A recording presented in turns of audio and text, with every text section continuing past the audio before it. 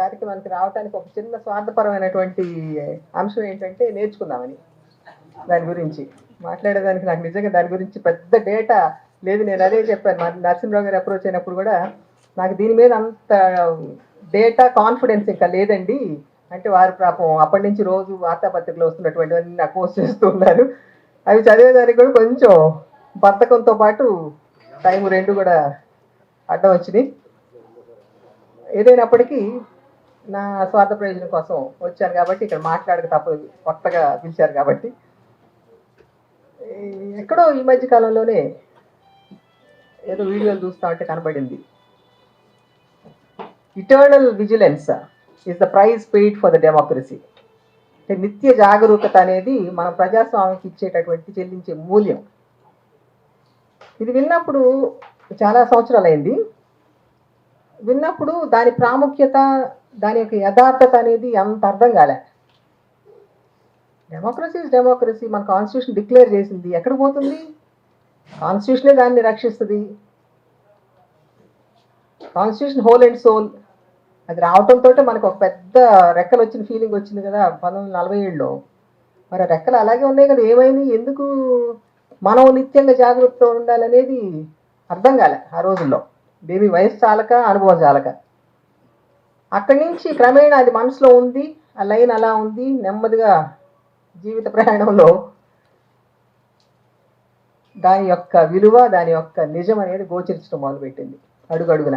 1977తో మొదలుపెట్టి ఎమర్జెన్సీ దగ్గర నుంచి ఇక అక్కడి నుంచి మొదలైన తర్వాత, ఎమర్జెన్సీ ఎత్తేసిన తర్వాత ప్రజాస్వామ్యాన్ని చక్కగా పరిరక్షించుకున్నాం, ఇంకా మనకి ఢోకా లేదు అని చెప్పేసి ఒక ధైర్యం.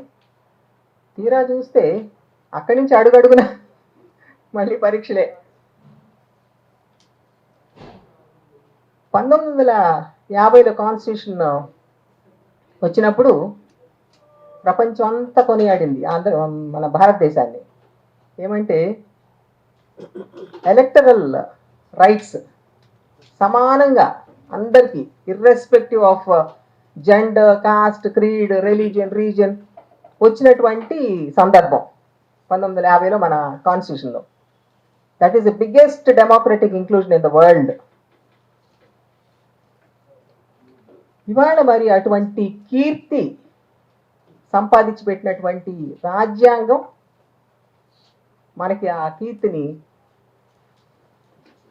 ఒక డైలమాలో పడేసేటటువంటి పరిస్థితి మన ముందు కనిపిస్తుంది. 1935లో గవర్నమెంట్ ఆఫ్ ఇండియా యాక్ట్ వచ్చినప్పుడు మీకు అందరికీ తెలుసు, విమెన్ రైట్స్ కోసం, విమెన్ ఓటింగ్ రైట్స్ కోసం పడిన పాటు 1935 గవర్నమెంట్ ఆఫ్ ఇండియా యాక్ట్తో చాలా అద్భుతమైనటువంటి మార్పు వచ్చింది అనుకున్న పరిస్థితుల్లో విమెన్కి వచ్చిన రైట్స్ ఎంత, విమెన్ ఓటర్స్ ఎంతమంది అంటే 6 మిలియన్స్. ఇవాళ పేపర్ చూస్తుంటే రోజుకు ఒక 6 కోట్లు 7 కోట్లు పోతున్నారు ఓట్లు. అంటే అంత పోరాటం చేసి అన్ని సంవత్సరాలు కష్టపడి తెచ్చుకున్న ఓట్లు 6 మిలియన్స్ అయితే, ఇవాళ పోతున్న ఓట్లు సంఖ్యతో పోల్చుకుంటే అది ఎంత చిన్నదో ఇవాళ మనకు అర్థమవుతుంది. మరి ఆ రోజు చేసిన పోరాటాలు ఎన్ని ఇంతలో ఎక్కువ ఉంటే మనం ఇది కాపాడుకోగలుగుతాము.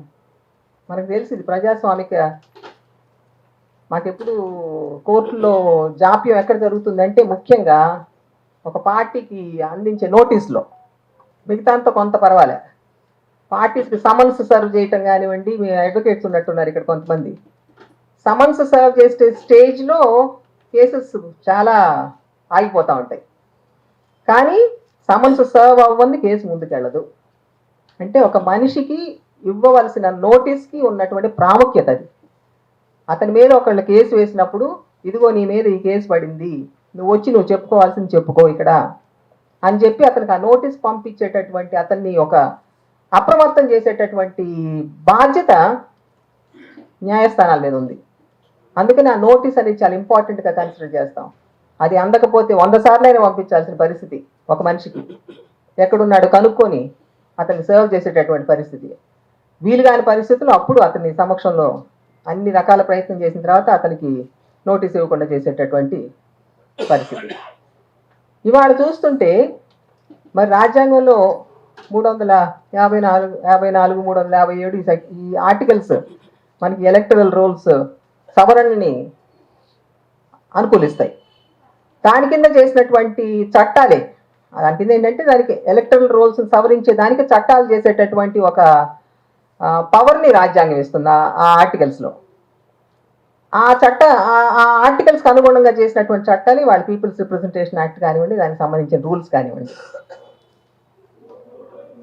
మరి పీపుల్స్ రిప్రజెంటేషన్ యాక్ట్లో కూడా రాజ్యాంగ సూత్రాలను ఎంత మట్టుకు దానిలోకి తీసుకురాగలిగారు అనేది చూస్తుంటే కొంచెం అనుమానంగానే ఉంది.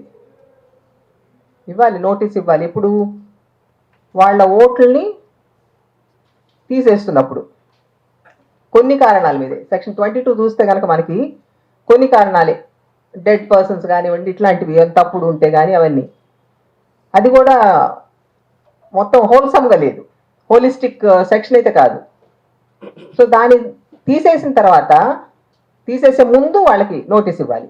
సరే, అన్నీ లేకపోయినా కొన్ని కారణం వాళ్ళు తీసేసినా కూడా మనం అవతల వాళ్ళకి నోటీస్ ఇవ్వాలి, వాళ్ళు చెప్పేవి మనం వినాలి, వినిన తర్వాత ఒక డెసిషన్ తీసుకోవాలి, అప్పుడు ఎలక్టరల్ రోల్ పబ్లిష్ చేసుకోవాలి.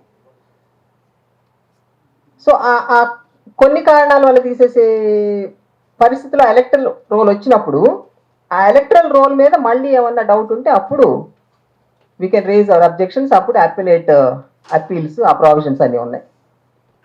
దానికి అనుగుణంగానే ఎలక్టరల్ రూల్స్ కూడా చేయటం జరిగింది. సో ఎలక్టరల్ రూల్స్లో కూడా మనకి రూల్ 15 నుంచి 24 దాకా చూసినట్లయితే మనకి రకరకాల కారణాలతో, అందులో ఒకటి ఉంది ఇంక్లూజన్ ఆఫ్ ఓట్స్ అని కూడా, ఒక ఎక్స్క్లూజనే కాదు, ఇంక్లూజన్ ఆఫ్ ఓట్స్ అనేది కూడా ఒక రూల్ అందులో. కానీ ఆ రూల్ని ఎక్కడ ఇన్వోక్ చేసుకున్నట్టు కనిపించలేదు ఎస్ఐఆర్లో. ఎస్ఐఆర్లో మనకు కనిపిస్తుంది ఎక్స్క్లూజనే కనిపిస్తుంది, కానీ ఇంక్లూజన్ మరి నాకున్నంత చిన్న నాలెడ్జ్లో నాకు ఎక్కడ ఇంక్లూజన్ కనిపించలేదు. ఇవాళ లేని వాళ్ళని వెతికి తీసుకొచ్చి ఇవాళ ఎలక్టరల్ రోల్ పెట్టాము, ఇది ఇంతమందిని 6 కోట్లు వాళ్ళు తీసేసామని వస్తుంది, కానీ 6 కోట్లు పెట్టారా, 10 కోట్లు పెట్టారా, లేకపోతే 2 పెట్టారా, 1 పెట్టారా, అది ఎక్కడ నాకైతే మరి ఆ డేటా కనిపించలేదు, సబ్జెక్ట్ టు కరెక్షన్.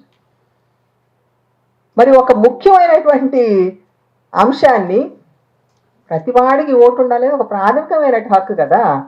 ఇవాళ మన జీవితాన్ని నిర్దేశించేదే మన ఓటు కదా. మాకు ఎప్పుడు ఆంధ్ర యూనివర్సిటీలో ఉన్నప్పుడు మేము ఎలక్షన్స్లో పార్టిసిపేట్ చేసి క్యాన్వాస్కి వెళ్ళినప్పుడు ఈ స్టూడెంట్స్ అందరూ ఏమనేవాళ్ళు, మాకును రాజకీయాలకు సంబంధం లేదండి అనేవాళ్ళు. అప్పుడు మా కొలీగ్స్ కొంతమంది, మన ఎస్ఎఫ్ఐ నాయకులు వివరించి చెప్పేవాళ్ళు, రాజకీయాలకి మన జీవితానికి ఉన్నటువంటి అనుబంధం ఏమిటి, నువ్వు తినే ప్రతి అన్నం మెతుకు, నువ్వు కట్టుకునే బట్ట, నువ్వు చదువుకునే పుస్తకం, ఇవన్నీ కూడా రాజకీయాలతో ముడిపడి ఉన్న అంశాలు అని ఆ రోజు చెప్పింది. మరి ఎంతమందికి అర్థమైందో నాకైతే బాగానే అర్థమైంది. అందుకని ఇవాళ ఇన్నేళ్ళ తర్వాత కూడా ఇక్కడికి రావడం జరిగింది. మరి ప్రతి అంశాన్ని నిర్దేశించేది రాజకీయాలు నిర్దేశించగలిగేది మన ఓటు.